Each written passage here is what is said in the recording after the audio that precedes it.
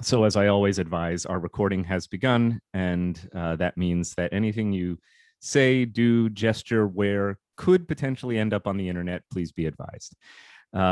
Grateful for this time together. I hope you enjoyed the kind of post-class reflection on the deep and wise texts that we encountered last week, because they really do join up thematically to what we are going to encounter today.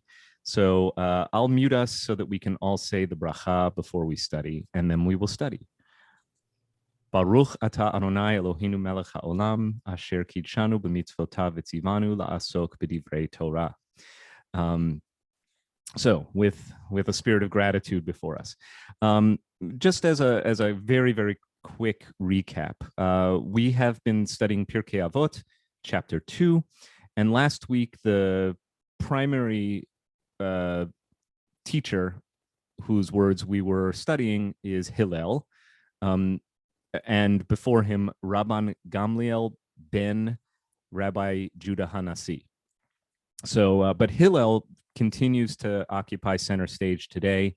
And then if we have time, we might get to Hillel's own disciple, Yochanan ben Zakkai, about whom many legends have been told, really the first rabbi of the rabbinic period.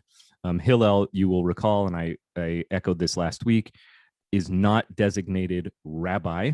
That term seems not to have been the term in the pre-Jesus timeline, though we know even from the Christian scriptures, from the New Testament, from the Gospels tradition from Paul, that Jesus is frequently identified as rabbi by his disciples, by his followers in the Christian literature, which suggests that at least by the latter half of the first century of the Common Era, the word had passed into common usage. Hillel is the first century BCE, before the Christian era, and therefore the word rabbi is not in use at the time. Nevertheless, he fits the mold in that he is a teacher who raises up disciples, who seems to have a whole academy or a school of thought associated with his teaching, who even has a kind of binary pair in the person and the school of Shammai, who often serves as Hillel's foil. Shammai's teachings are often raised in the text and then shut down, in that the opinion of Shammai when it comes to a matter of Jewish practice or law rarely prevails. So one could ask, is Shammai just there as a foil to Hillel? Is he just there as a literary device? Or were these really two opposing schools of thought who together illuminate different approaches to Jewish law and practice? I think these are all valid possible interpretations of the Hillel-Shammai duo. Nevertheless, it is Hillel whose name ends up on the college campuses, so I would expect that he is more familiar to you, your kids, your grandkids, and so forth. So we're gonna continue with Hillel. We're gonna start with one of his more obscure sayings, which follows immediately after one of what I regard as one of his most profound and perhaps celebrated, though, I mean, it's all in the same collection together. Yes, just like the Harlem Globetrotters and the Washington Generals. It's exactly like that. The Harlem Globetrotters are the Hillel of the basketball entertainment world. Okay, so with that in mind, I shall put up on the screen the text that we're going to encounter first, and I'll just it's contiguous with the text we encountered from last week. So you'll recall that I ended class on chapter 2, section 5. I'm floating my mouse over here so you can see 5. Hillel used to say, "A brute is not sin-fearing," etc. And then this just stunning phrase, "Uvamakom she'ein anashim hishtadel lihiot ish," in a place where there are no men, strive to be a man. Though I think the valence of it is less about being a man, the way we sometimes associate the word man with masculinity, and rather be a man in the sense of be a human being, be a mensch, be a fully dimensional, feeling, caring, loving, suffering, humane, human. And it is all the more incumbent upon one to live to the fullest of his or her humanity in a place where no one else is. So perhaps we have encountered times in our lives or places we have been, either in geography or simply in a state of being, where it seemed like the burden was actually on us alone to be a mensch, and perhaps to buck the mob in order to do so, which requires tremendous koach, inner strength. So that's where we ended last week with this, one of my favorite lines in all of Jewish literature. And then we come to one of the strangest phrases in all of Jewish literature. So here we are. Af. I'm going to start in the Hebrew with chapter 2, verse 6, or teaching number 6. Af, which can mean also or but. And one of the things I'd like to put before us today is, how does this connect to what we've encountered up until this point in chapter 2, which, remember, I have invited us to see the through lines in the narrative and not assume that even if Pirkei Avot is what scholars say it is, which is an anthology of rabbinic teachings and sayings, nevertheless, there seems to be a deliberate, literarily minded artistic construction to the text at the macro level as well, so that larger themes emerge when you read texts in sequence. So I have proposed, and all of this is just recap from last week, that the theme that is established in chapter 2 in the very first Mishnah is the derech yeshara, is the right path, or the correct path, the upright path for a person to take in Judaism, in Jewish practice, and in life in general. So let's keep that in mind, and let's also hold in mind teaching number 5, which concludes with, in a place where there are no men, strive to be a man; in a place where no one is a mensch, be a mensch. And now see where we're going in 6, 7, and 8, because I do think that the order is intentional here. Af. Okay, so also, hu ra'a gugolet achat. So once upon a time, Hillel saw a skull. This is a wonderful word, a wonderful Hebrew word. Gulgolet is a skull. Some of you may be familiar with a place. Some of you may even have visited the place that purports to be that place, called Golgotha. Golgotha, does anyone know where, or what is significant about a place called Golgotha? Golgotha, which the text that references it tells us means the place of the skull. So Golgotha comes from the Hebrew word gulgolet, which we have here in this text. A very unusual word, doesn't come up that much. So where is the place of the skull? Where will you find that? Does anyone know? This is a little bit of fun trivia. So the New Testament tells us that Golgotha is the place where Jesus died and was buried, at the place of the skull, where the cave was. And then the stone covering the cave was rolled away on the third day after his suffering and crucifixion came to an end, after he was brought down from the cross lifeless. And then, of course, the women who were there to witness found that the stone had been rolled away. Visiting that place, the stone had been rolled away and there was no body inside.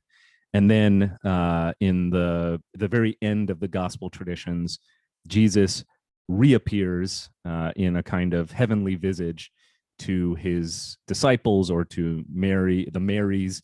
It differs from gospel to gospel. So that's the place called Golgotha, which, by the way, according to at least some Christian sects' traditions, is located inside the Church of the Holy Sepulchre today.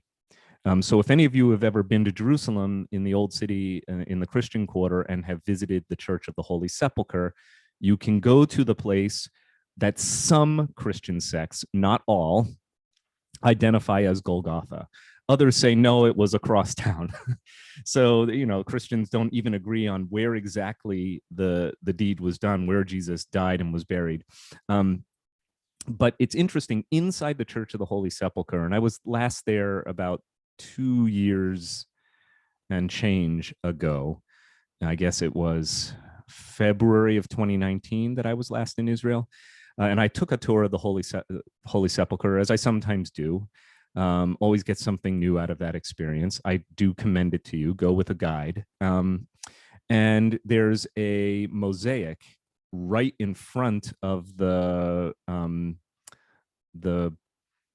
stone that some Christian sects identify as the place where Jesus's body was laid out and washed before burial, where the pilgrims to that place, the people who are of the faith, often prostrate themselves and beseech Jesus for his mercy and salvation and so forth. There's a mural right behind that. So it's the first thing you see when you walk into the Holy Sepulchre, is this dimly lit, and there's kind of like these pendant lights hanging over this very smooth stone from all the pilgrims touching it and rubbing it and beseeching Jesus. And behind it, there's this gorgeous mosaic. And you can see it depicts the crucifix, and it moves from left to right. So it depicts the passion, that is the suffering of Jesus on the cross, the crucifixion, and then the burial. And then at the cave where Jesus was buried, right in front of the cave, there's a little human skull sitting there. And that's how you know it's Golgotha. Anyway, that's a long digression on the word Gulgolet. So Hillel saw a Gulgolet. He saw a skull. Achat just means one, like echad. Shitzafa al pnei hamayim, that was floating on the surface of the water.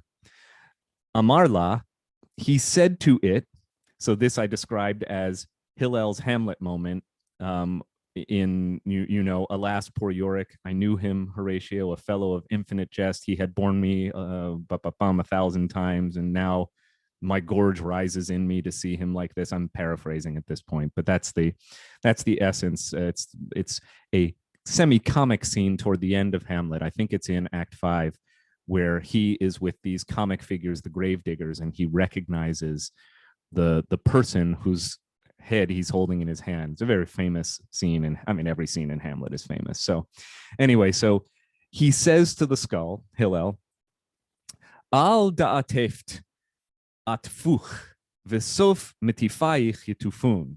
And if that sounds kind of punny, it is. It is both an elaborate wordplay on this Hebrew word da'ateft, which is a very strange word. I have to look up the root of that, but it means to drown. So al da'ateft, because you drowned, in the transitive form of the verb. So because you drowned others.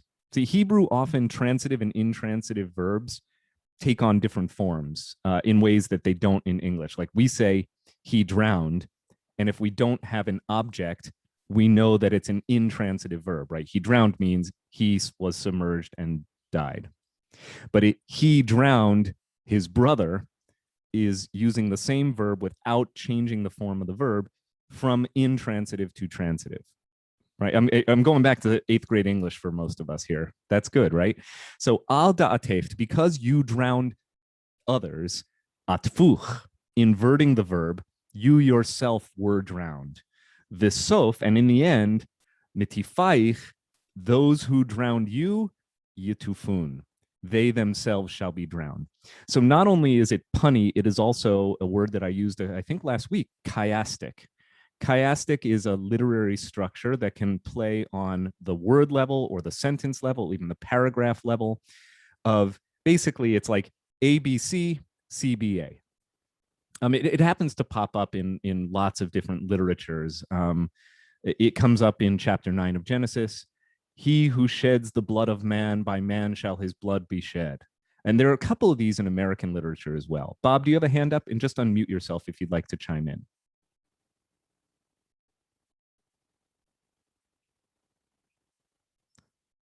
So your mute button. Yep, there you go. Oh. Yeah, I think you're on 2 different channels. It's not good. I hear you now. All right, I'm going to let you work out your tech issues. I'm going to mute you. I'm going to let you work out your tech issues. If you're able to unmute, or you can drop your question by typing it into the chat window, which is at the bottom of your screen. It's the little, looks like a little thought bubble, text blurb. So this is a little chiasm here, Because you drowned others, they drowned you.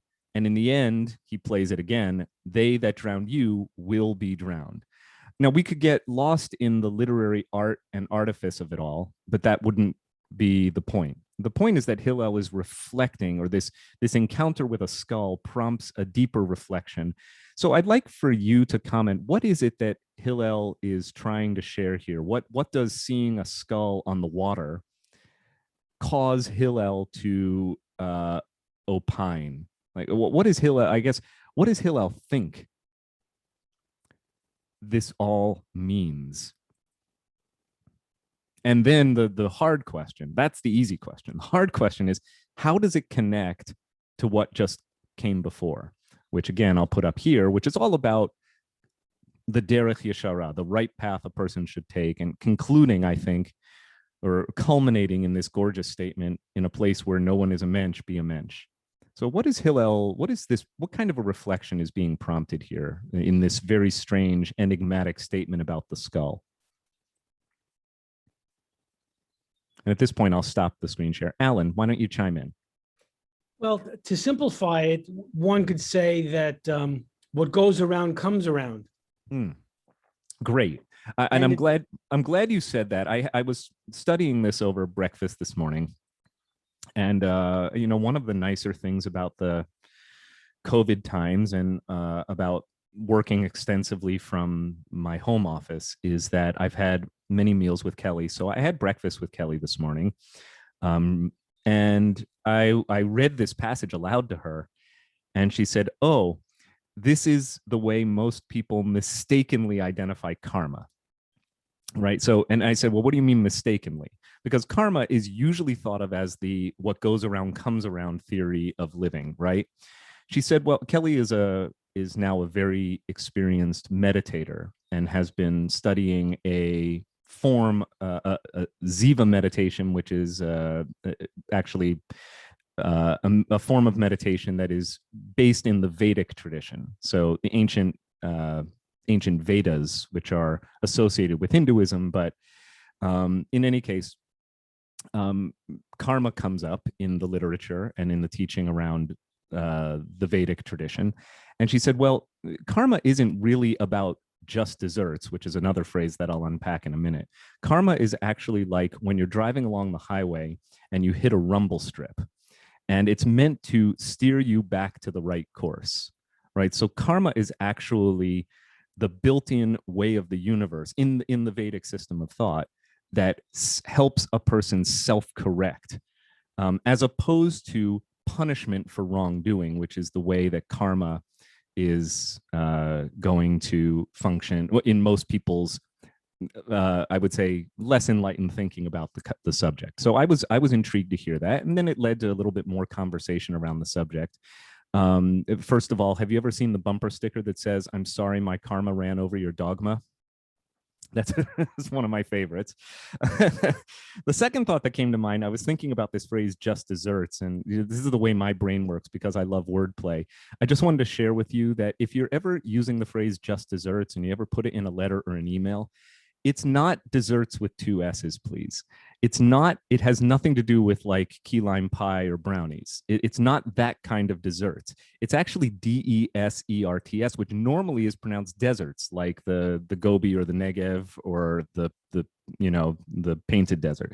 It is desserts in the sense, in an archaic form of the word that means deserve, right? So you get what you deserve. You're just desserts, has nothing to do with lemon meringue pie. So the next time you see it, and it's usually misspelled. So the next time you see somebody and they write just desserts, or the next time somebody says that phrase and you think to yourself, oh, I could really go for a parfait myself, it has nothing to do with that. Just desserts meaning getting what you justly deserve. All of this takes us back to, I think, the correctness of Alan's observation that Hillel is upholding a really old Jewish precept, which is the idea of what goes around comes around, that justice is meted out in a measure for measure way. Not only I would say in effect, meaning a person who did something bad gets something bad, but also in like kind. So he's seeing this skull on the water and he says, aha, no, why would there be a skull on the water unless this fellow drowned? And then he spins out this conjecture. Well, he must have been drowned by others, and therefore they who drowned him will be drowned. But it actually even goes back to that. He said he must have deserved what he got. So there's kind of like this recursive loop. If you read the book of Deuteronomy, this measure for measure, or what is called in Hebrew midah keneged midah, which just means measure for measure, thinking is all over that book of the Torah. So, and then we'll talk a little bit further about how the later books of the Bible, especially the book of Job, actually come to reject that notion. But here Hillel seems to be upholding the idea that there is a measure for measure justice that pervades the universe, and a simple observation of a skull floating on the water seems to prompt that affirmation on his part. Okay, my dad has a hand up. You can unmute and share, please. Well, excuse me, trying to tie it to the previous exhortation to be a mensch, I think it speaks to the limits of an eye for an eye, a tooth for a tooth justice, which is also, prescribed in Torah as well. But this comes back to say there's a limit to that. Somebody did it to you doesn't mean you ought to go do it to them. Great, lovely. Yeah, I didn't have answers prepared for all of these today. Like I said, I think the best we can say about Hillel's statement is that it is a little bit enigmatic, but I love how you're connecting some of the dots. And if we read further, I think we'll see the further lines of connection. So let us do that. I'm just going to bring back up onto the screen our main text. So hang on for 1 second, please. Here we go. So this is now section 7. Hu haya omer, we see that phrase introducing a Mishnah all the time. He used to say, so we're still on Hillel. Marbe, I love this one, by the way. This one's a clear mnemonic. And remember, this is all part of an anthology whose purpose, they say, is to train young men to become rabbis, the teachers of the Jewish people, and the moral exemplars for the Jewish people. So it's not just academic teaching, it's moral instruction. Okay, Hu haya omer, he used to say, marbe vasar, marbe rima. The more flesh, the more worms. And basar literally means meat, but it also means the bigger a person you are, the fleshier you are, the more decay you are inviting, the more worms will eat your flesh when you die. Marbe nechasim, the more property you have, the more acquisition. Marbe da'aga, the more worries you have. Marbe nashim, the more women or wives. Remember, this presumes polygamy as acceptable within society. Marbe cheshafim, the more wives you have, the more witchcraft you're inviting into your life. We can talk about how he makes that association. Marbe shefachot, the more maidservants or female slaves. Marbe zima, the more lewdness, the more licentiousness you are going to bring into your life. Marbe avadim, the more servants or slaves you have. Marbe gazel, the more thievery you can expect. Marbe Torah. Now, okay, so these are all in the negative. All these good things have a double-edged sword negative association or consequence. And there's, by the way, something about the you get what you deserve here as well, or it's really about actions and their consequences, right? You do X, beware that Y will happen. So there's a cause-effect form that along which this text is structured. Now it switches to the positive. Marbe Torah, on the other hand, one who has more Torah, Marbe Chaim, has more life. Marbe Yeshiva, so the more yeshiva you have, so here it says the more sitting, but it's not just sitting around. This is yeshiva in the sense of sitting in the company of the scholars. Yeshiva comes from the word lashevet, which means to sit. So yeshiva is a place where you sit all day and study Torah, but it's the studying that matters, not the sitting. Marbe yeshiva, the more yeshiva study you have, marbe chokhmah, the more wisdom will grow. Marbe eitzah, the more counsel, presumably that one takes in. Marbe tivuna, the more your understanding will grow. Marbe tzedakah, the more tzedakah, more they translated charity here, but I think tzedakah in a Jewish audience is best left untranslated as tzedakah. Marbe shalom, the more tzedakah, the more shalom. I don't even want to translate that because I think it's much more fertile to explore it in the original Hebrew, assuming that each of us has an association or many associations with both the words tzedakah and all that it means, and shalom and all that it means. So the more tzedakah, the more shalom. And now switching out of the formula for the final phrases. Kana Shem Tov, one who has acquired a Shem Tov, a good name, Kana le'atzmo, has really done something for himself. Literally, one who acquires a good name has acquired for himself or acquired oneself. We'll talk about that. Kanalo divrei Torah, one who acquires for himself words of Torah, kanalo chaye ha'olam haba, and one who has acquired words of Torah has acquired for him or herself eternal life in the world to come, or life in the world to come. So this is a really beautiful statement, and this is the last of Hillel's statements in this chapter of Pirkei Avot. So we finish Hillel with this long, easily memorized mnemonic with one who increases in such and so also increases in such and so. That's the first 80% of the text. And then the final phrase is one who acquires a good name acquires oneself. Really interesting phrase. One who acquires words of Torah acquires for oneself life in the world to come. If you studied with me last spring, I offered a course in Jewish views on death, afterlife, immortality, and so forth in the Jewish tradition. So we spent a lot of time on this rabbinic notion of the world to come. It is found nowhere in the Hebrew Bible. It's not from the Tanakh or the Torah. It is rabbinic. And so it springs from not just the imagination of the rabbis, but also the context, the larger socio-political religious context in which the rabbis are living and growing up. This idea that there must be another realm or existence beyond our earthly existence, where usually the idea is all of the injustices of this world, of this earthly existence, are corrected. And see, the notion of a world to come springs from the observation that the world as it is, the world that we inhabit among the living, is not a place where God's justice can be seen, certainly uniformly or even in a way that is ubiquitous or widespread. Too often, that is to say, the good suffer and the bad appear to prosper.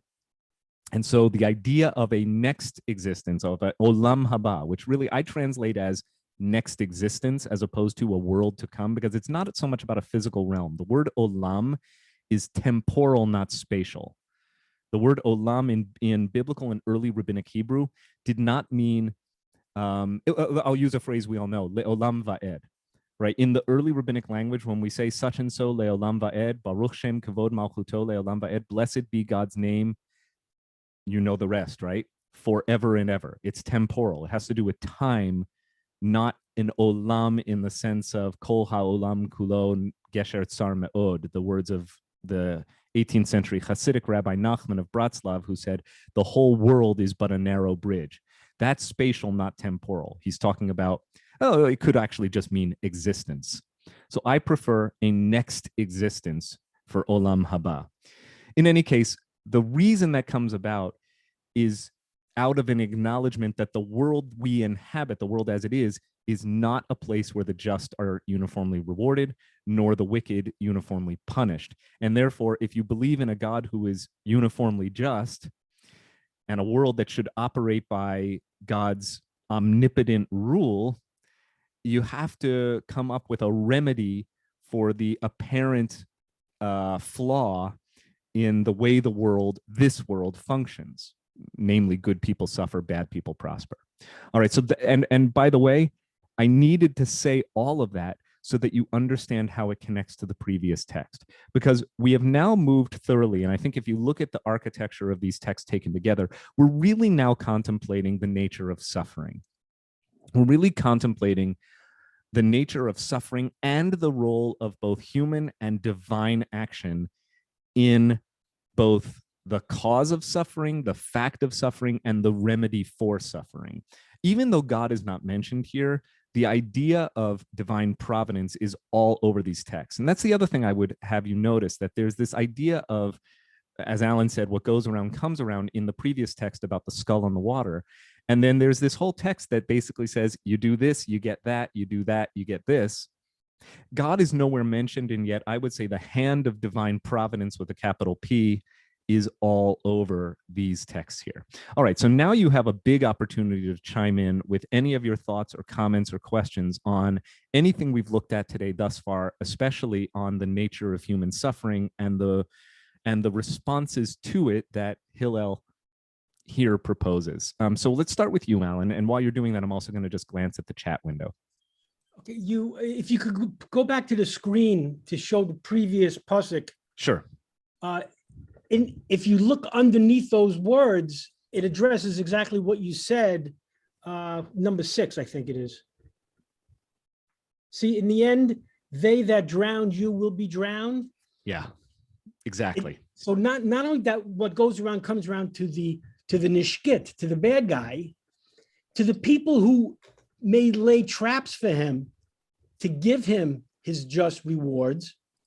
They will get their just rewards. And what's underlying that is that keep it in your thoughts, but not in your actions. Hashem will give them what's coming to them.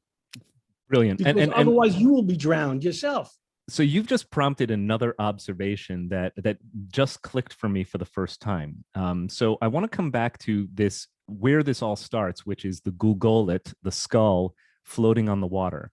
The Hebrew word gulgolet comes from the verb galgel, which means to roll or to kind of oscillate in waves. And those of us who are familiar with Jewish mysticism, with Kabbalah, may be familiar with a phrase called Gilgul HaNefashot, which literally means the rolling over of souls.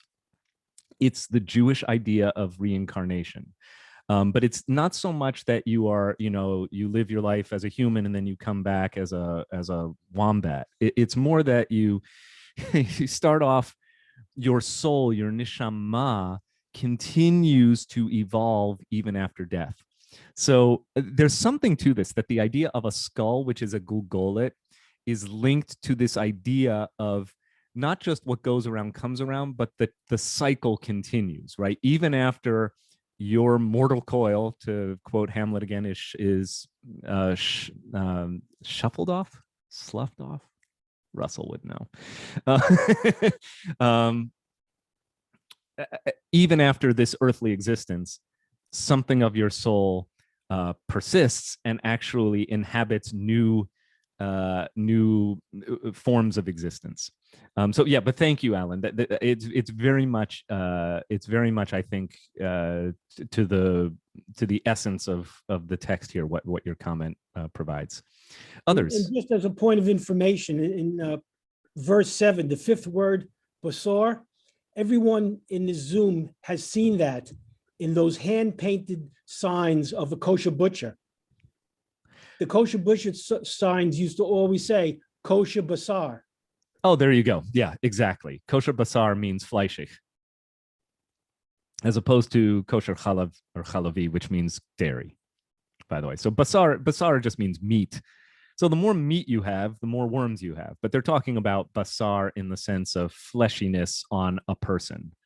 So, and by the way, to be a person of fleshy stature was not a bad thing in the ancient world, right? It was a sign of prosperity, that if you had so much that you could actually be overweight, it wasn't the epidemic that it is in America today. Where a majority of Americans are overweight and a frightening number are morbidly obese. In the ancient world, fatness was a sign of wealth and health. And in many cultures, this still persists, by the way. There's still cultures where privation has kind of induced a group psychology of gorging oneself, and that you just eat as much as you can whenever you can. Anyone who has a family member who grew up in the Depression may know that. You just eat everything. You must clean your plate. So in any case, so Hillel is saying, look, you may think of fatness as a boon, if not a virtue, but beware, because it comes with the penalty of being chewed on by worms. So good. Other things that this text brought to your minds: the more flesh, the more worms, the more property, the more anxiety, and so forth. Yeah, my mom has a hand up, so you just unmute, please. Things I think of are be careful what you wish for, and also too many possessions and then they ultimately own you. Great. And so the first few lines really focus on the negative, and by contrast, a life of Torah. Right. The rewards are there. The rewards aren't there because of all the worms or because of all the women. Right. That's great. And don't forget, by the way, women, though this may cause our gorge to rise, in the words of Hamlet, women were property in this world. So yes, this is all about a life of acquisition versus a life of spiritual attainment, spiritual and intellectual attainment, which of course in Judaism are the same thing. Ideally, I shouldn't say that across the board, because I think the death machine of the Nazis disproves once and for all the idea that intellectual attainment in and of itself is a moral virtue. Though for much of Jewish history, especially through Maimonides, who I think is the greatest and preeminent exponent of this point of view, intellectual attainment is a virtue in Judaism in and of itself. Education, Torah Lishma, learning Torah but it's not just any wisdom that you have to study. It's Torah wisdom in specific. So thank you, Mom. I think you're exactly right that you have to note the contrast here. And this is consistent with the text that we've looked at in the previous few weeks that take us back to the derech yeshara, the right path for a person to choose. It's a life of Torah. Now, it's not Torah to the exclusion of feeding yourself and your family, but it is a life where the pursuit of Torah and of menschlichkeit, which of course the rabbis want to teach, are intertwined, are inextricable from each other, right? That if you're pursuing Torah, you're not just studying words on a page, you are learning how to live like a mensch. And if you do that, it fulfills all of the needs that material acquisition will never fulfill, no matter how deep you're craving. And Mom, I know you read this because I sent it to both of you, to you, Mom and Dad. I think you both read it.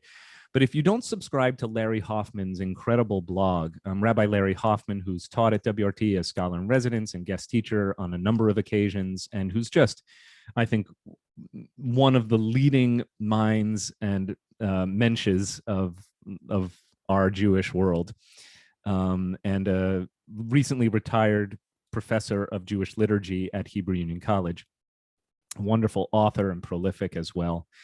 Larry Hoffman has an incredible blog. Michelle Braun, are you on the call today? You're not, are you? That's too bad, because she could put it in the chat window. I'll try and source it before our class ends so that you can all read it and sign up. He wrote a blog piece that I thought was just brilliant. I wish I could just crib it and read it for the high holidays this year. It's that good. It's just, it says everything that we need to know. It's called The Genealogy of More, M-O-R-E. And it basically differentiates between a life of material acquisition and a life of spiritual attainment.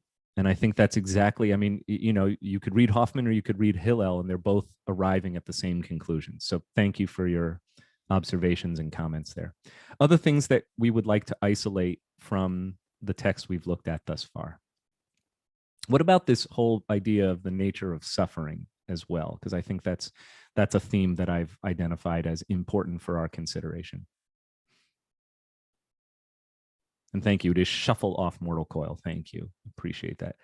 Fran also commented in the chat window, in Thailand, perhaps, they weighed the king annually and gave him his weight in gold. The heavier, the better.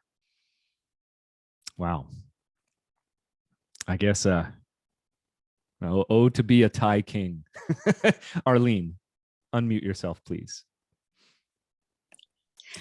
I think what's so refreshing about Hillel is his messages are so concrete. They're easy for people to refer to in a daily way. You can communicate the information with others. And it's not always found the same way in many of our other readings. These statements stay with you. Yeah, and they're intended to. I mean, they're written in such Yeah. a way. That's why I refer to them as mnemonics, Yes. because the more so and so, the more so and so. I can visualize a yeshiva filled with 13 and 14-year-old boys right after the age of bar mitzvah, with their teacher, with their rav, reciting these phrases, and then they would repeat after him, and they are sticky. Yes, exactly like Ben Franklin's Poor Richard's Almanac. They are intended to be wise aphorisms that were easily internalized. Mishnah in general lends itself to mnemonic memorization. And Pirkei Avot, I think, is the master class in writing sticky texts. So there are just phrases both in the Hebrew and the English. If you spend enough time with them, you find that they embed themselves very deeply. Okay, this time I think it was my dad's hand, though. They both look like a small yellow digital hand on the screen. So I think you brought up the topic of suffering. That passage from Hillel is pretty explicit that suffering, and on the other hand, reward is really either self-inflicted or self-actualized. This is not coming from some evil outside influence. It's up to you. great. And therefore, by the way, it's a counterpoint to the skull reflection. So, and that's why you really need both side by side. So there's this one, the skull reflection, I think, is much more about it's the way of the world that those who inflict harm will somehow get their just desserts with one S. But the second text says, well, there's more to it. Like, you can actually choose paths that by their nature invite more suffering, even though they may be very, very seductive, very attractive.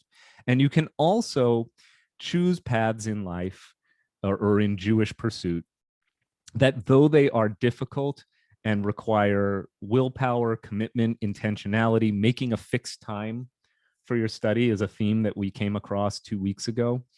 They require a deliberateness, and they require effort, and they are not very seductive and attractive. Nevertheless, that which comes with it, the rewards are immeasurable, right? So the more Torah, the more chayim. It doesn't necessarily mean you'll live longer. It means you will live fuller.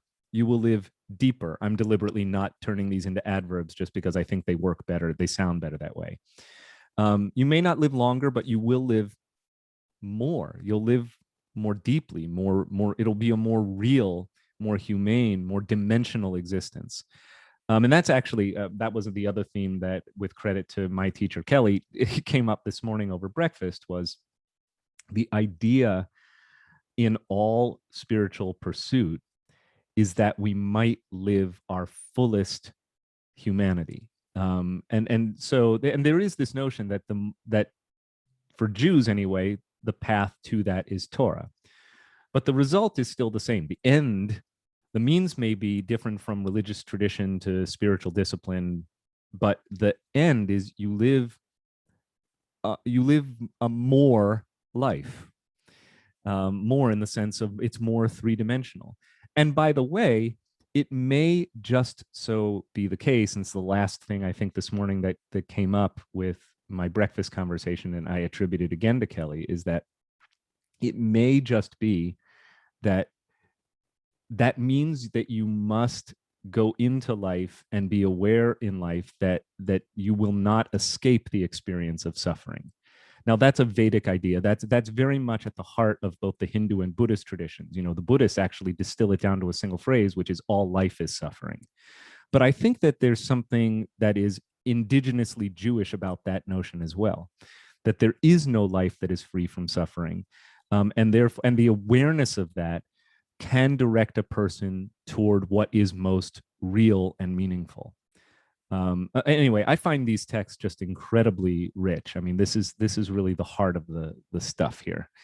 And so hold that in mind as we proceed, and so we shall. I'm going to just bring up onto the screen our next text.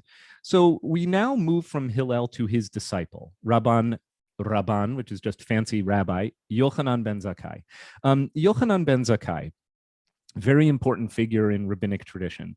There are legends aplenty about Yochanan ben Zakkai. I will recall probably the most famous one for you.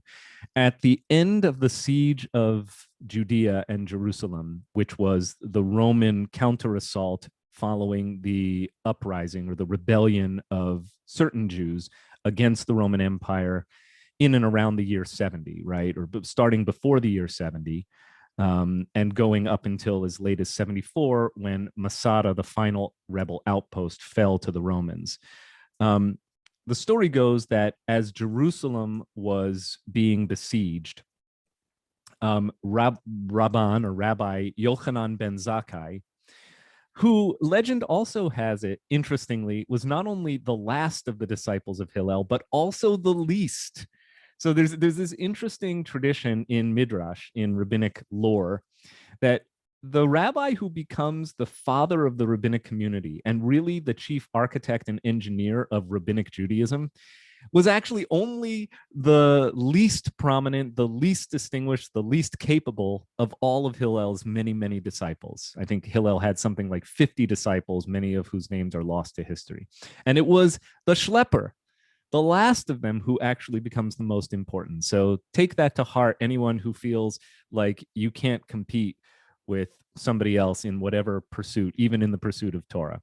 Never, never, never fail to show up for Torah because you're afraid of your classmates. I promise you that I have learned as much from my perhaps least learned and most inquisitive students as I have from the opposite, meaning my most learned but least inquisitive students. So take that to heart, please. So Yochanan ben Zakkai sees that Jerusalem is in flames, the temple has been sacked, and he decides to secret himself out of the ruined city by way of concealing himself inside of a casket and getting his disciples to carry him outside of Jerusalem with the intention of being conveyed all the way to meet with the Emperor Vespasian in Rome. And what they were most worried about were not the Roman authorities, but rather the Jews who were allied with Rome, who would have been suspicious. And so there's all this midrash that he's in the casket, and they even like stuck a knife into the casket, and somehow he evaded being stabbed to death. In any case, he makes it to Rome, and he has one plea as he humbles himself before the throne of Vespasian, which is, "Give me Yavne and its sages." Very famous line. So the request of Yochanan ben Zakkai, who now is kind of the heir apparent to the tradition of Hillel, so many Jews having been decimated in the uprising, and the temple now in ruins, he says, all I ask is this: let me have a small little commune where I can train disciples in Yavne, which is by the sea south of what today is Tel Aviv. So give me this little seaside town of Yavne. And that is where he establishes the first rabbinic commune or commonwealth, and the first academy, and goes down in Jewish history as the founder of rabbinic Judaism. And basically invents, not, of course, I'm sure this is all legend, right? So I'm sure he had help, but he is the person who is most prominently remembered in the transformation from a temple and priesthood-based Israelite religion to what we understand as Judaism, which is rabbinic Judaism. That's Rabban Yochanan ben Zakkai. So if you didn't know a little bit of his mythical biography, and I say mythical because these are stories that are told about him, who knows how much of it is true, but this is the way he is lionized in Jewish understanding, Jewish memory. He received, we're all the way back to chapter 1 of Pirkei Avot, verse 1. He received, meaning the Jewish tradition or the Torah, me Hillel umi Shammai. And that's really significant, right? He is a disciple. We call him a disciple of Hillel, but he actually received Torah from both Hillel and Shammai. To me, that captures a lot of rabbinic Judaism. You receive the tradition from two opponents, right? Could you imagine that being said of any two people on opposite sides of the aisle in Congress today, especially after watching the different reactions of the two parties and their representatives last night? If you watched, it's really staggering. I mean, I thought the theme of the speech was very unifying, but you wouldn't know that if you were looking only at the audience. Okay, anyway.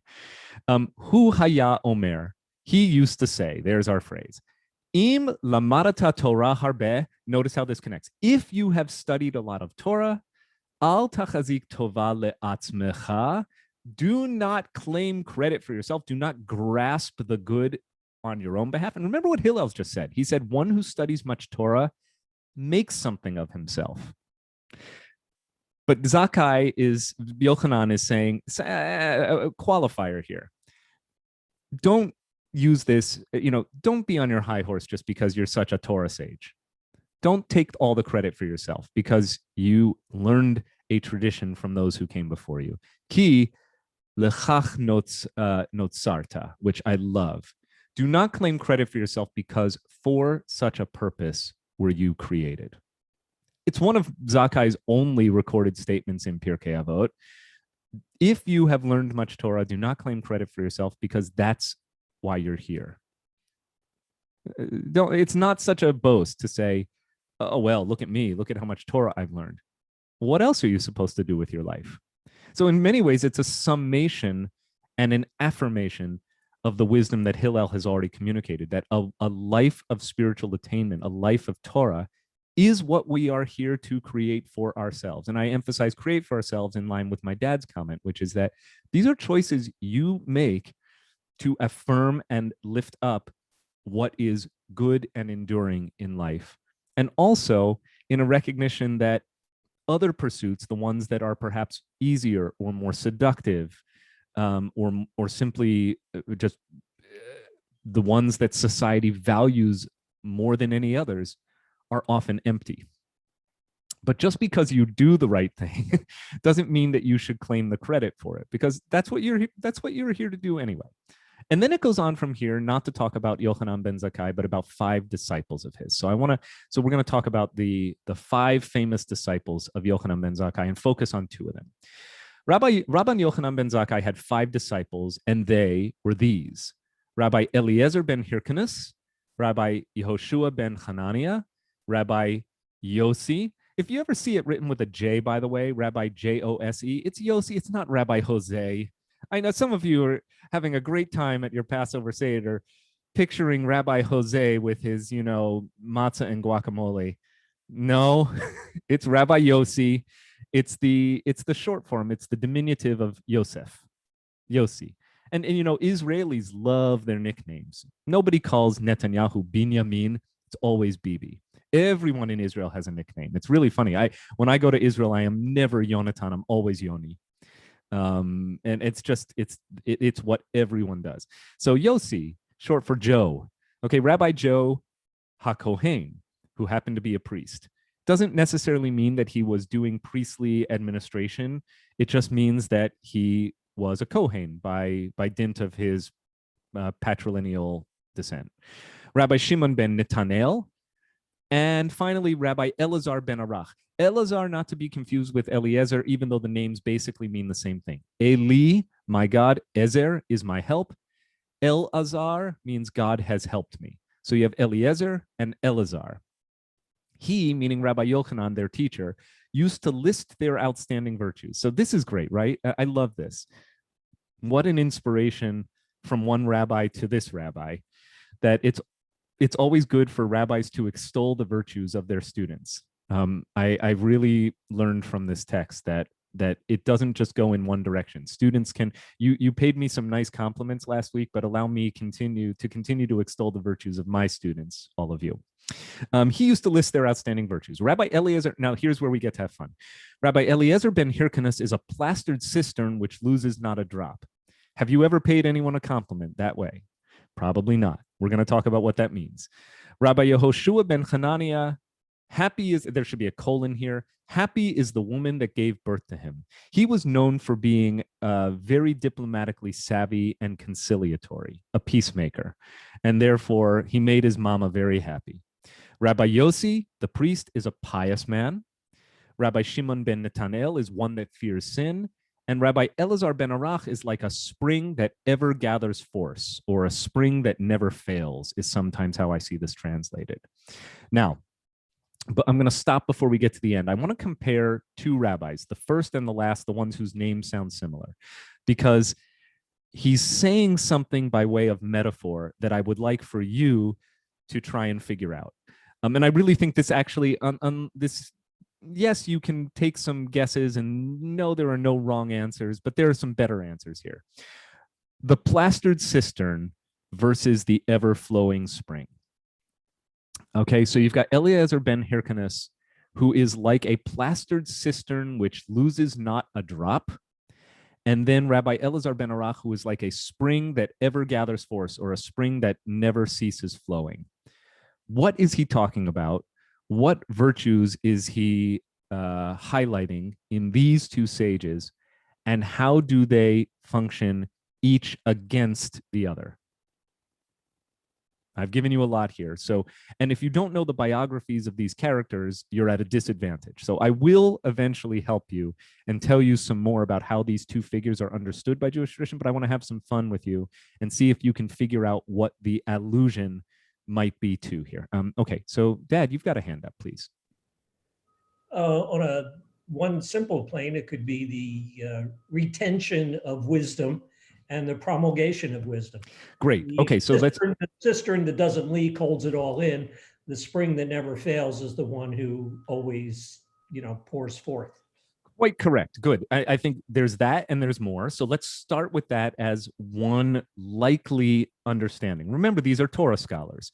So one is praised for his ability to retain. And that's really a useful quality. You want your rabbi, your teacher, to just to know a lot, like to be able to recall things, to be able to hold in a lot of Torah. And it's also the other one that flows forth. How did you describe that, Dad, before I switched to Judy Gross's hand? Promulgates wisdom without fail. Great. So one able to hold wisdom in, the other one who brings wisdom forth. Fantastic interpretations, I think very consonant with the text and with the image. And let's remember that I think the salient takeaway here is that flowing water, or water in general, is a very common metaphor for Torah. That's what I want to say. Right. So that's the key. That's the key thing. Yeah. Right. It's not that Eliezer ben Hyrcanus had, for instance, good bladder control. Like, he's not physically able to hold a lot of water in. He's holding a lot of Torah in. And the other one sheds forth wisdom, promulgates wisdom. Great. Okay. Judy or Yvonne, it's just Judy today. Yvonne's not here today. Okay. So you mentioned the Torah. I felt that the Torah is the cemented cistern. It's there. It doesn't lose a drop. Its permanence is forever. And that the spring flowing stronger and stronger is the interpretation, and the students and the rabbis who are interpreting and continuing to learn and teach from Torah. Yes, yes. And now I get to praise my students, both of you. Excellent job. So, right. So what the rabbis elsewhere in the Midrash associate with these two rabbis whose names sound similar are exactly the qualities that you have both highlighted. The ability to retain and the ability to promulgate on the one hand, and also a tendency in regarding Jewish law and text on the part of Eliezer ben Hyrcanus, the first one, to conserve and preserve and let the tradition remain unchanged.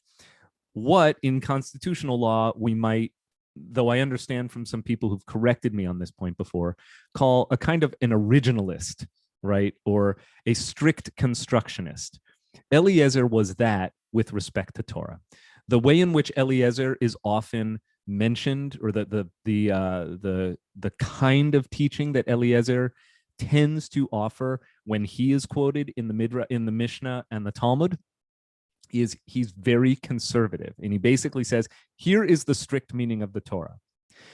Elazar ben Arach, the fifth of the five disciples, is often used as his counterfoil, who believes that the Torah is just the starting point for halakha, for Jewish law, and that the real work of the rabbinic community is in interpretation, and that interpretations mean that the meaning of a text changes with time. So in some, this is really overplaying my meaning, and it's also abusing terms that we should not abuse. But strictly as a metaphor, I'm recording this, so you have to be very careful. You can't quote me selectively. Strictly in metaphor, Eliezer ben Hyrcanus, the first sage, is an Orthodox Jew, and Elazar ben Arach is a Reform Jew or a Reform rabbi. Okay, it's a metaphor. Those terms didn't exist at that time. It's not that one is better than the other. I actually think both approaches add to the totality of and the beauty of the Jewish tradition. But that's how these two figures are basically remembered. One is the plastered cistern, which loses not a drop, the great holder of Torah and the Torah tradition, the great conserver or preserver of Torah as it was or is. The other is the flowing cistern, right? The spring, it keeps flowing forth with interpretations that beget new interpretations. And to me, that gives evidence that the impulses for conservatism within Judaism and for reform, the impulse to reform as a present tense verb, which it is, please correct either yourself or more likely the other people you meet who say, oh, you're a reformed Jew, or worse, oh, you're just a reformed Jew. It's wrong on every count. No, I'm a proud Reformed Jew because I am a disciple. The next time somebody disparages you for being Reformed, just say, no, I follow in the great tradition of Elazar ben Arach, the ever-flowing spring. They'll look at you like, what the hell have you been smoking? Okay, so, right, but that's okay. You can enter into a dialogue with Jews of other types and say, oh, I see, your vision of Judaism is more in line with Eliezer ben Hyrcanus, the plastered cistern, which loses not a drop. That's your impulse within the Jewish tradition to conserve, preserve. Other people, like this rabbi, really am much more interested in a Judaism that resembles the flowing spring. But I really value the way in which each approach together enhances the totality of what we call Judaism, this incredible, very complex, very difficult religious civilization. Okay. So speaking of interpretations begetting interpretations, thank you for the compliment. Let's move on a little bit.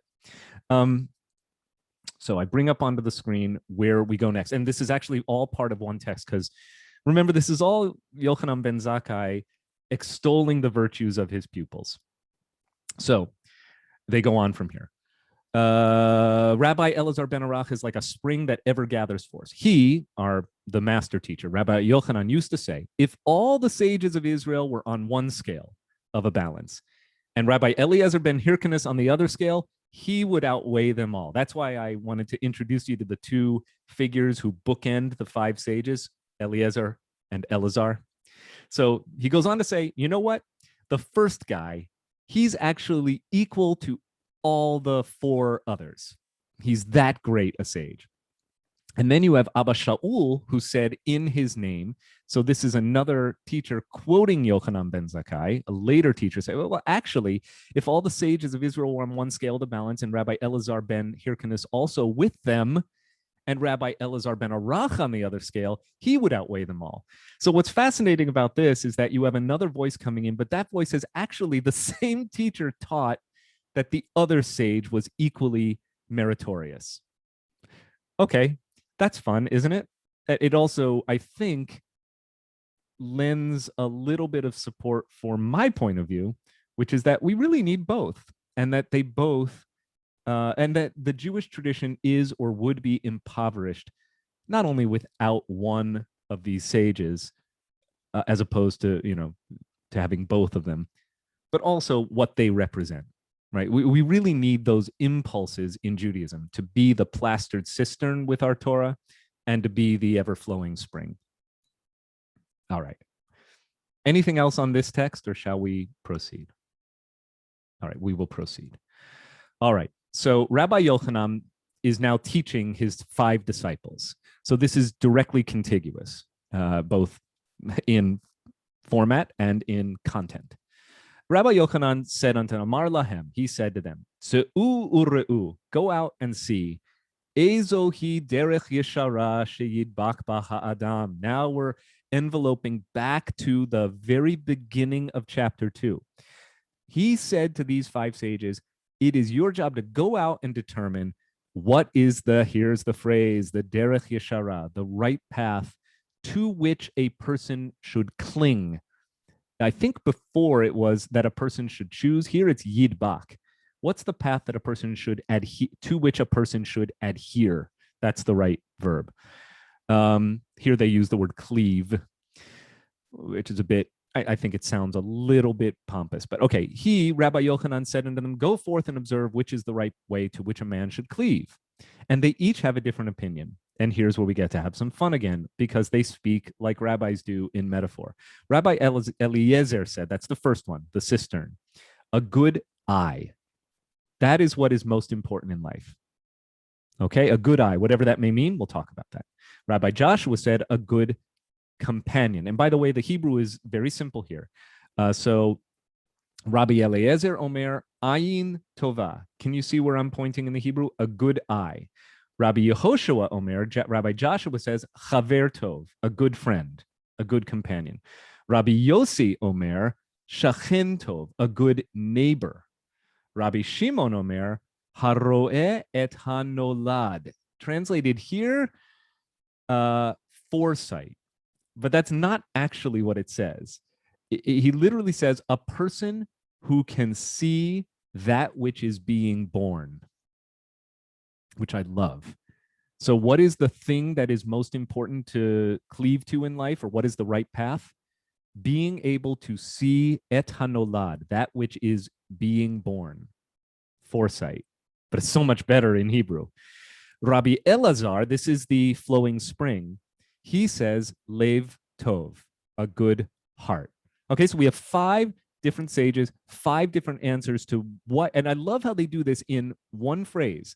Like, tell me, Rabbi, what is the meaning of life in one phrase? What is the most important thing for a person to pursue in life?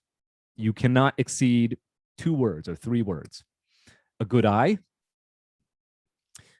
a good friend, a good neighbor, the ability to see that which is born, being born, or foresight, or a good heart.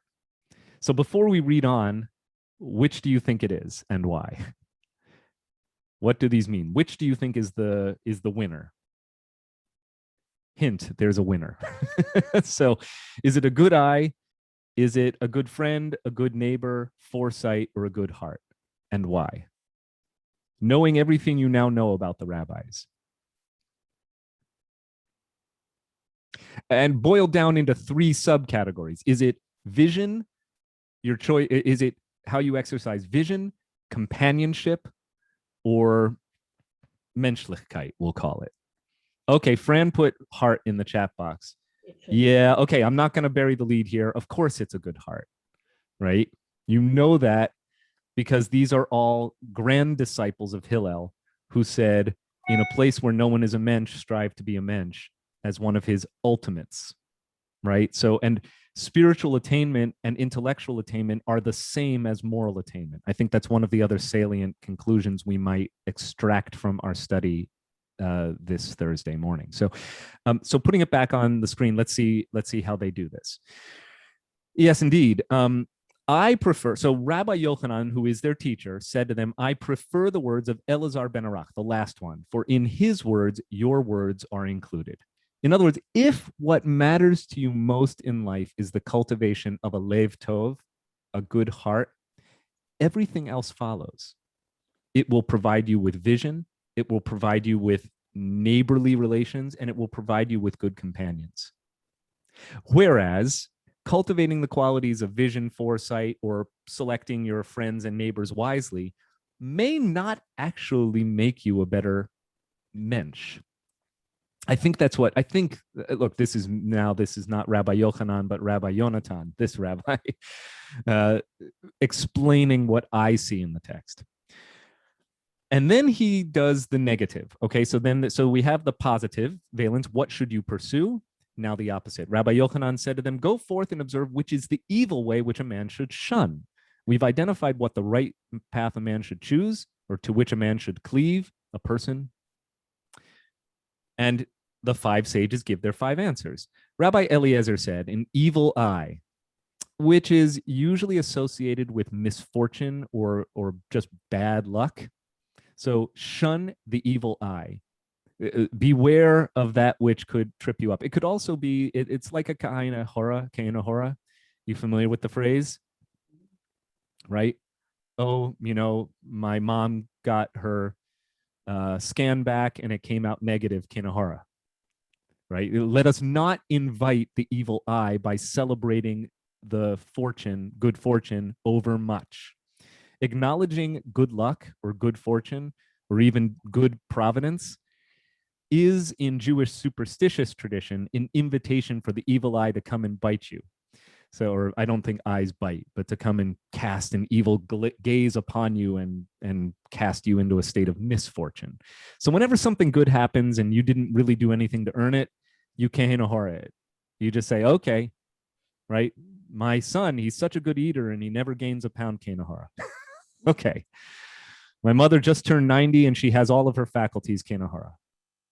Okay, so that's how it functions. And if you've ever wanted to know what a kanahara or a kainahara is, you hear it pronounced differently. It's from the Hebrew, ke-ayin hara, like the evil eye or as the evil eye. So you say something good and then you quickly acknowledge, evil eye, I see you. You're not going to get me just because I've acknowledged my good fortune. All right. So Rabbi Eliezer said, the thing you should shun most is the evil eye by being mindful of your good fortune. Rabbi Joshua, very consistent, because he said the good thing in life to pursue is a chaver tov. So the thing to shun is a chaver ra. Stay away from bad people, because as my religious school teacher growing up and the principal of my religious school at Knesset Israel in Allentown, Pennsylvania used to say, show me who you go with and I'll show you who you are. Or tell me who you go with. Her parents were Holocaust survivors. And she used that line often to talk about how so many quote unquote ordinary Germans and others, Poles and Austrians and so many others, could be induced to support or be bystanders to the Nazi genocide. Tell me who you go with and I'll tell you who you are.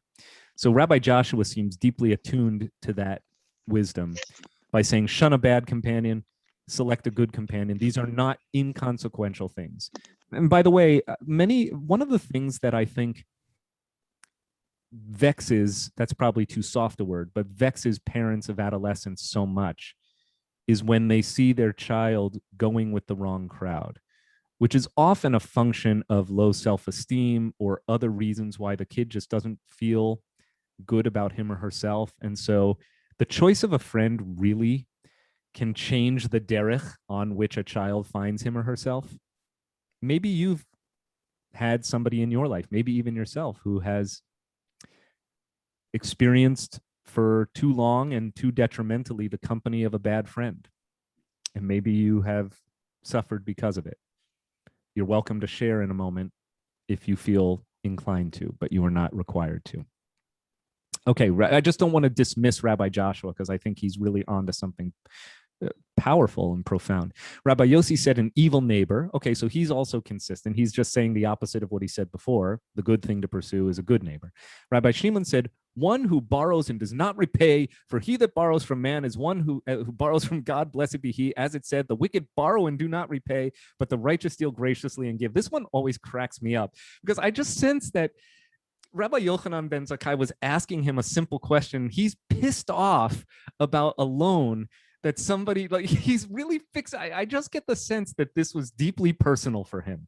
He's the only one who forgot that Yochanan ben Zakkai would prefer for you to keep the answer to 2 words.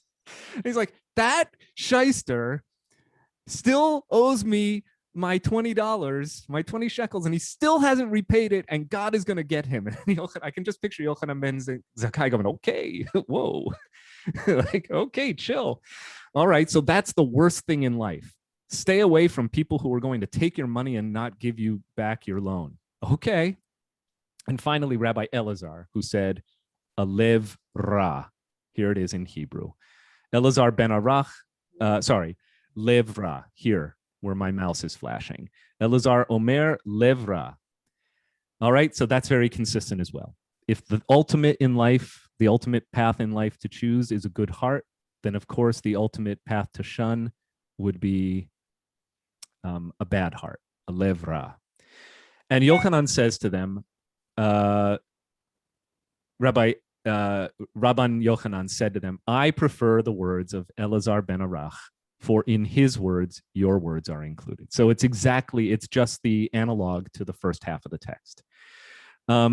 This will be the last text we encounter today. So for the rest of our class, if it's 5 minutes or 10, we will open this up for dialogue on this text or anything we've encountered so far. I'd love for us to kind of now be reflective about the whole journey we've taken today. What has it summoned up for you?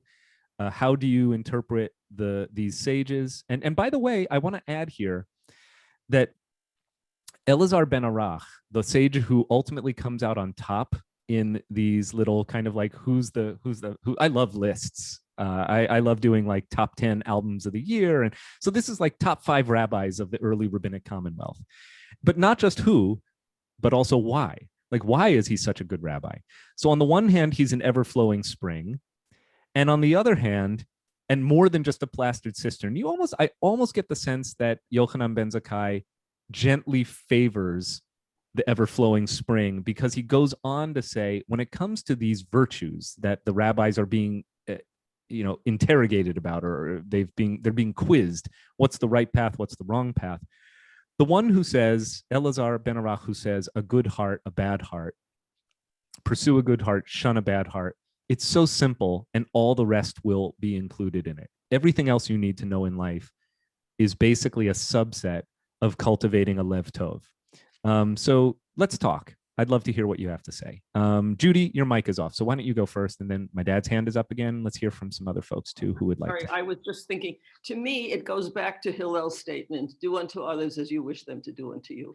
Everything goes back there, all the interpretation that we've read, and it's maybe too simplistic, but I think that's the key, and the rest is commentary, and the commentary is extremely important. You can't. Yes, and Hillel, by the way, adds a line that usually gets left on the cutting room floor. After he says all the rest is commentary, he says "Tsei ulamad," which means go and learn. That's it, and that's right. So he says, now I've taught you the ikar, the essence, but there's so much commentary. All the rest is commentary is actually not dismissive of the commentary. It's saying everything else you need to know is in the commentary. Now you have a job to do. Go and learn. The conversation that features that famous that's probably Hillel's most famous teaching. That the passage in which that pops up is about a Gentile who comes to first Shammai and says, convert me to Judaism while standing on one foot, or teach me everything, teach me the whole Torah, he says, while standing on one foot. And you know what Shammai teaches him, right? He says, go away, you shmendrik. It says he chased him out with a wooden rod. So he takes a measuring stick and says, don't waste my time, you putz. Then he goes to Hillel. And Hillel says, okay. And he you picture Hillel with a much gentler demeanor saying, what is hateful to you, do not do to any other person. That is the whole Torah. Now go on. All the rest is commentary. Now go and learn it. So don't forget that part, but you're right. It does, but he is answering the question. He is distilling it down. And of course, this is the signature text that demonstrates why Hillel is often lauded and venerated way above Shammai. Shammai's problem was not that he had bad things to teach. It's that he was a bad teacher in teaching them. Or to bring it to the terms that we've just encountered, you get the sense that Hillel spent more time cultivating a lev tov, a really good heart. You get the sense that if you're a teacher of the Jewish tradition and a nudnik comes to your door and says something really nudniky, like teach me the whole Torah while standing on one foot, it's entirely reasonable for me to say, you didn't make an appointment, talk to Amy Rosberg. I'm working on a sermon for Friday. I have a funeral tomorrow. There are 100 things I could say. I don't actually think that I want to chase him out of my office with a stick, but I would do the verbal equivalent of that. And it would be easy and even justified for me or any other congregational rabbi or any other rabbi to do that. But Hillel, with the Lev Tov, says, okay, it will only take me 5 seconds of my time to say one thing to you. So I'm going to teach you something very important. This is the whole Torah, but you have a job to do, and it's not my job to teach you on one foot. Go and study, then come back and we'll have a talk. And by the way, call Amy for an appointment first. Okay, good. My dad, you have a hand up. A quick question, John, first. Yeah, sure. Is there a difference between Derech Yeshara and Derech Eretz? Yeah, very much so. Derech Yeshara is a phrase that, to my knowledge, appears here and only here, or is used very specifically to mean the right path. Derech Eretz literally means the way of the world. And it's an idiomatic construction that, when you put those two words together, takes on a third independent meaning, right? So Derech Yeshara takes the literal meaning of each word, and it is literally the right path. Derech Eretz functions when you take two words that have a literal meaning, but when you put them together, it has an independent metaphorical meaning. So Derech Eretz literally means the path or the way of the Eretz, the land, the way of the land, but that doesn't mean anything. So idiomatically, the construction of Derech Eretz means common courtesy. So just our phrase, common courtesy, that's the best idiomatic translation of Derech Eretz. You would never, in conversation or if you're doing translation of text, you would never translate Derech Eretz as the way of the land or the way of the earth. It doesn't work that way. Well, then going back to Derech Yeshara, last week we had a very powerful 3-phrase admonition about Derech Yeshara, which was act as though there's an eye that sees, an ear that hears, and what you do is written down in a book. And right. Book. And I'm trying to build a bridge to this passage here, but I don't have all the girders and beams aren't in place there. I was just wondering if you could, or someone in the group could sort of try to tie those sections together. Great. I hadn't actually thought through that, and I think you're doing the thing I'm asking us to do, which is to find the threads of connection. So let's leave that one open for the class, because there is this, all I can say is floating in the water like the skull. No, but floating through these texts is a kind of abstract or not so abstract rumination on the nature of divine providence and human agency, right? So how much of our action should be governed by fear of punishment or incentivization toward reward? And how much of our action should be governed by simply doing the right thing because it is the right thing for its own sake, and possibly with the knowledge that doing the right thing provides its own rewards? That is, to return to the theme that I discussed when my mom raised it about material acquisition versus spiritual attainment. Judy, you're next, then Russell. So we'll just hold that, because I think that you're doing what I'm asking us to do, which is now to zoom the lens out, and let's see how some of the themes that have been raised connect. Also recognizing that this is an anthology of multiple opinions from multiple sages living across a pretty wide swath of time and place. So the dialogue was not contained in a room among all of these sages. It was contained among the sages collectively across generations and localities. Judy, then Russell. We're passing. That was Yvonne's raised hand, but we're going to pass to Russell. Thank you. Pass to Russell. Well, thank you. It seems to me that all of the passages we've read today and last week have a very sinister undercurrent. A skull floating in the water and evil eyes. And it seems to me that one of the things that they have in common is that it's inviting us, when it speaks of a good heart, to me, it's more than menschlichkeit. It's inviting us to scrutinize our hearts and decide whether our response is going to be superstition or whether our response is going to draw from the well or the gushing stream of our faith and our tradition to find something that brings us to a more elevated place. What fascinates me about the skull incident is what he did not say. And it said it is not the invitation of evil spirits into our midst or anything like that, but instead he is going face to face with the sinister, difficult elements of conflict in our life. And then we're going to see bad neighbors and all these other things. Yeah, you And really see the positive and the negative in equal measure here. And it's almost Yes. like the light and the dark, the light side of the force, the dark side of the force, holding things in balance. And or maybe because there are multiple rabbis here, and we're also talking about what kind of rabbi is the good kind or the best kind. There, are you going to be motivated?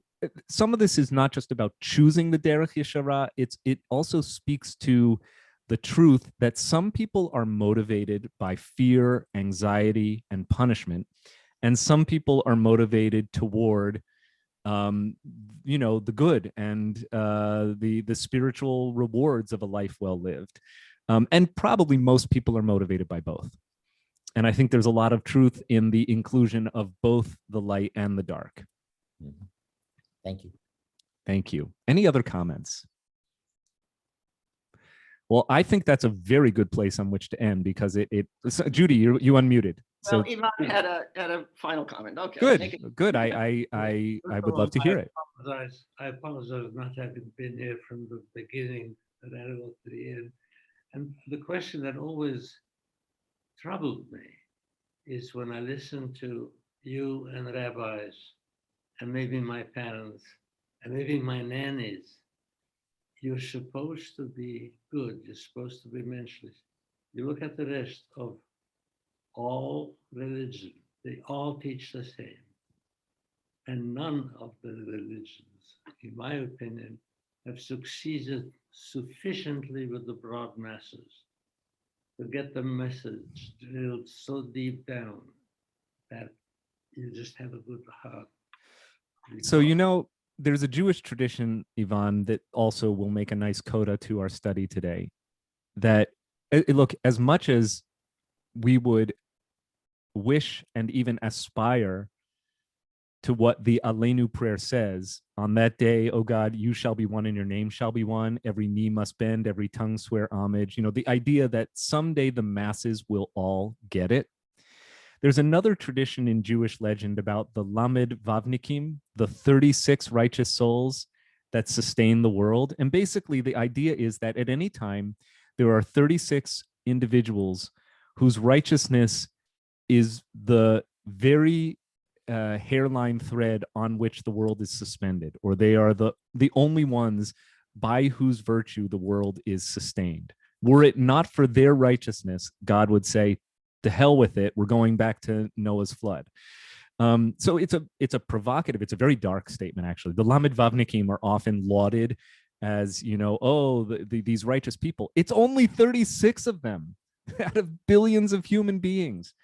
And of course, the other thing about the Lamed Vavnikim, Lamed Vav is just simply two letters who, Lamed is equivalent to the number 30, Vav is the sixth letter of the alphabet, so 36, double chai.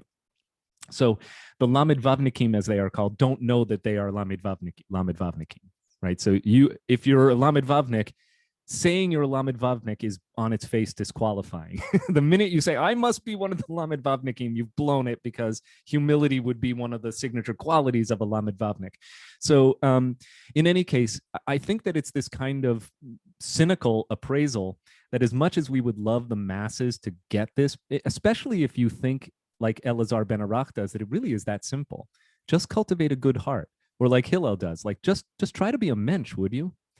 And the more I study these texts, the more I feel drawn to their power, which is a function of and indistinguishable or inseparable from their simplicity.